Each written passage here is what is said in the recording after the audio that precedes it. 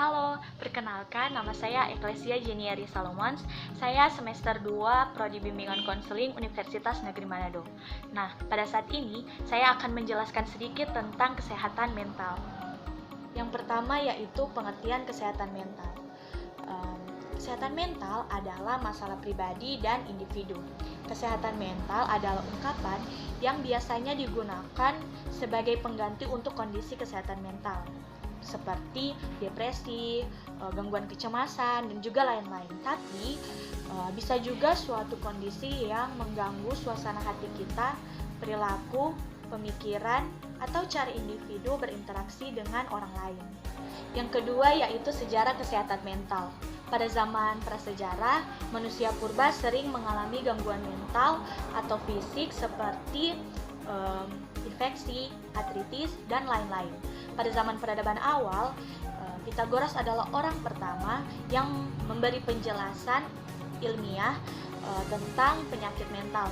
Yang kedua yaitu Hippocrates.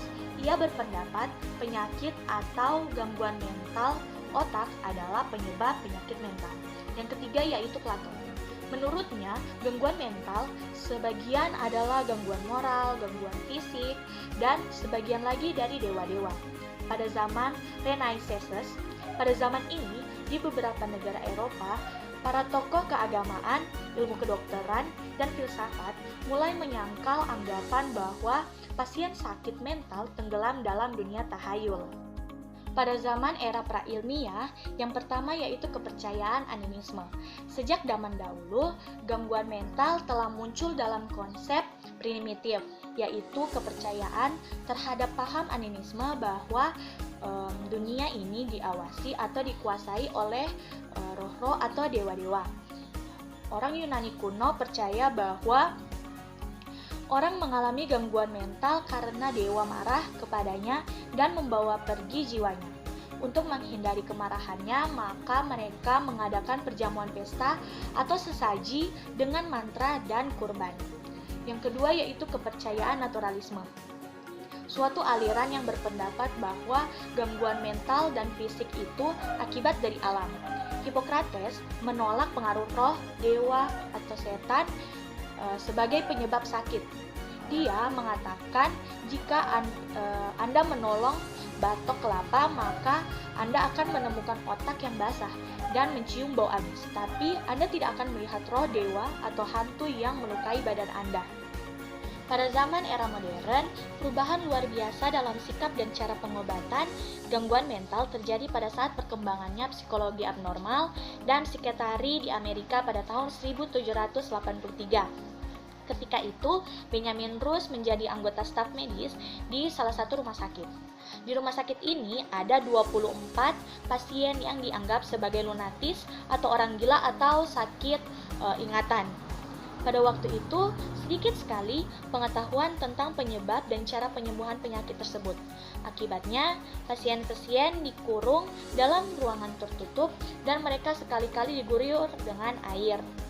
Pada tahun 1909, gerakan mental hygiene secara formal mulai muncul. Perkembangan gerakan mental hygiene ini tidak lepas dari jasa Clifford. Bahkan, karena jasanya itu, ia dinobatkan sebagai the founder of the mental hygiene movement. Dia terkenal karena pengalamannya yang luas dalam bidang pencegahan dan pengobatan gangguan mental dengan cara yang sangat manusiawi. Yang ketiga yaitu stigma negatif terhadap kekalutan mental. Contoh yang pertama yaitu introvert atau antisosial. Introvert merupakan salah satu dimensi kepribadian manusia.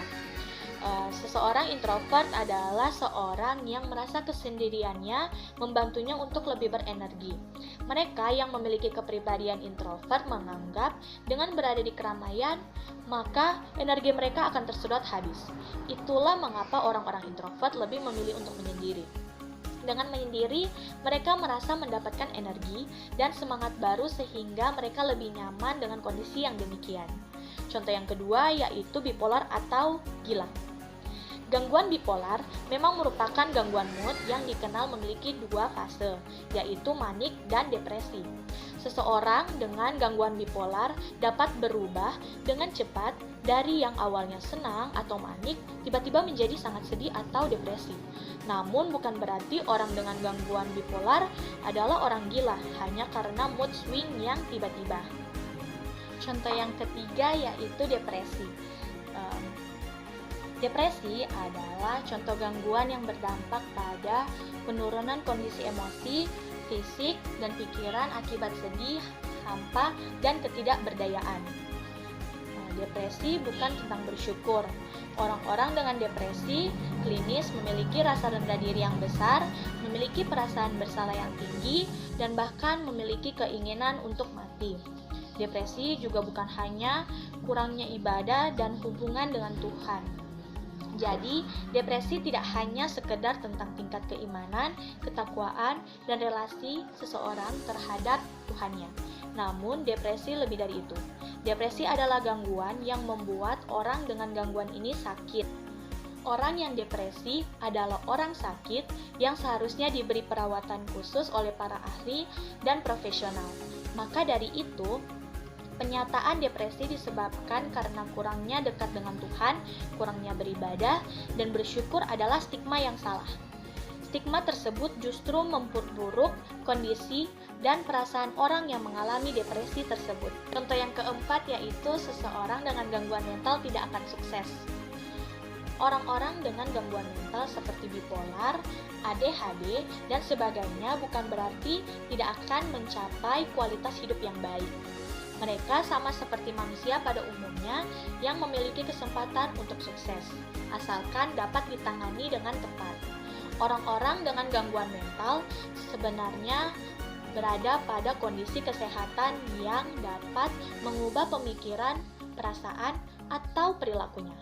Hal tersebut yang menyebabkan mereka terkadang kesulitan dalam menjalankan fungsinya sebagai manusia. Namun, bukan berarti mereka tidak bisa berkembang menjadi versi terbaik dari dirinya. Lalu, contoh yang kelima yaitu berbicara dengan diri sendiri. Ada beberapa banyak orang yang pada akhirnya membuka pembicaraan dengan diri sendiri pada masa-masa sulit. Self-talk atau berbicara dengan diri sendiri bukan merupakan gangguan mental. Sebaliknya, self-talk justru merupakan salah satu cara untuk menjaga kesehatan mental. Self-talk adalah cara berdialog dengan inner voice diri sendiri saat menghadapi berbagai macam situasi. Self-talk bisa diucapkan dalam hati maupun dengan suara lantang.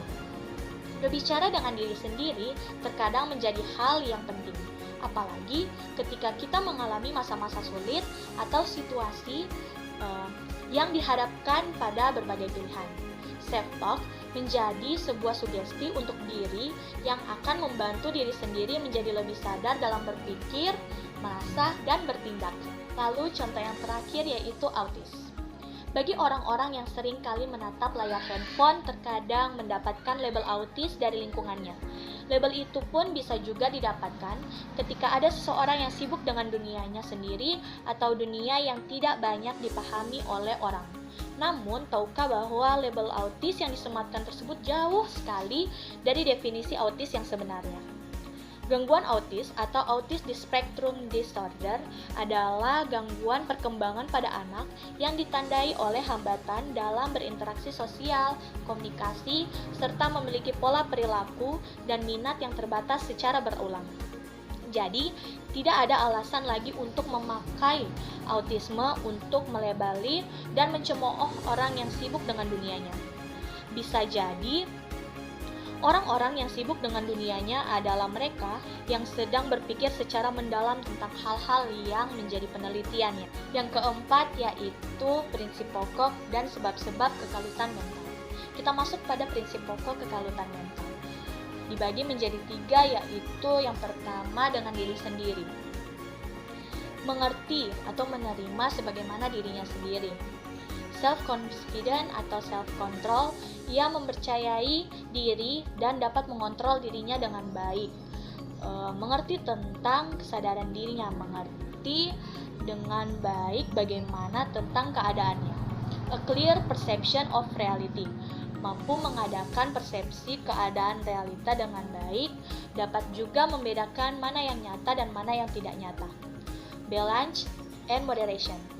Mempunyai keseimbangan dalam hidupnya. Misalnya, mereka dapat membagi antara bekerja dan istirahat. Orang yang sehat mental juga bersikap moderat, tidak ekstrim, karena jika bersikap ekstrim dapat menimbulkan masalah. Love of other, menyayangi antar sesama manusia. Love of life, ia akan menyayangi kehidupan yang dihadapinya. Yang kedua yaitu dengan lingkungan. Penyesuaian diri tergantung pada hubungan antara pribadi yang harmonis, terutama dalam keluarga. Penyesuaian yang baik dan ketegangan batin tergantung pada kepuasan kerja. Dan penyesuaian diri dicapai dengan sikap yang realistis, termasuk penerimaan terhadap kenyataan secara sehat dan objektif di dalam keluarga, sekolah, tempat kerja, maupun politik. Yang ketiga yaitu dengan Tuhan. Kestabilan mental tercapai dengan berkembang kesadaran terhadap sesuatu yang lebih leluhur daripada dirinya sendiri terhadap ia bergantung. Kesehatan mental dan keterangan batin dicapai dengan kegiatan yang tetap dan teratur dalam hubungan manusia dengan Tuhan seperti melalui doa. Lalu, sebab kekalutan mental ada dua. Pertama, yaitu kepribadian yang lemah. Akibat kondisi jasmani atau mental yang berkurang sempurna, hal-hal tersebut sering menyebabkan yang seseorang merasa rendah diri yang secara berangsur-angsur akan menyudutkan kedudukannya dan menghancurkan mentalnya. Yang kedua yaitu terjadinya konflik sosial budaya. Akibat norma berbeda antara yang bersangkutan dengan apa yang ada di dalam masyarakat, sehingga seorang tidak dapat menyesuaikan diri lagi. Misalnya, orang pedesaan yang berat menyesuaikan diri dengan kehidupan di kota. Nah, lalu yang kelima yaitu kebutuhan dan aspek dinamika manusia. Kita masuk pada kebutuhan dinamika manusia. Itu dibagi menjadi tiga. Yang pertama yaitu kebutuhan biologis. Contohnya makanan, minuman, udara, pakaian, tempat tinggal, dan sebagainya. Jika kebutuhan tidak terpenuhi, menyebabkan ancaman bagi diri sendiri. Dan jika kebutuhan sering dihambat, dapat menimbulkan goncangan dan gangguan jiwa dari taraf yang ringan sampai taraf yang besar. Yang kedua yaitu kebutuhan sosial budaya dan psikologis. Manusia membutuhkan interaksi. Jika kebutuhan tidak terpenuhi, maka akan mengalami stres. Orang yang mengalami frustasi bahkan bisa terganggu mentalnya. Sebaliknya, jika kebutuhan terpenuhi, maka ketegangan akan menurun atau menghilang. Yang ketiga yaitu kebutuhan religius. Manusia adalah makhluk yang selalu ingin memberi arti pada hidupnya. Tanpa arti tersebut, manusia tidak dapat hidup. Lalu selanjutnya aspek dinamika manusia. Ada dua, yaitu otonomi fungsional. Terjadi bila ada suatu trauma atau luka jiwa berupa syok. Yang kedua yaitu frustasi. Suatu keadaan di mana satu kebutuhan tidak dapat terpenuhi dan tujuan tidak tercapai karena adanya suatu halangan. Yang keenam adalah mekanisme coping atau strategi coping.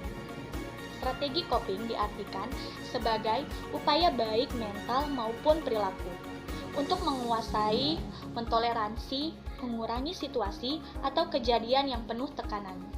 Atau juga bisa dikatakan sebagai perilaku mengatasi masalah adalah kecenderungan perilaku yang digunakan individu dalam menghadapi dan memanage suatu masalah yang menimbulkan stres dalam menghindari, menjauhi, dan mengurangi stres atau dengan menyelesaikan dan mencari dukungan sosial.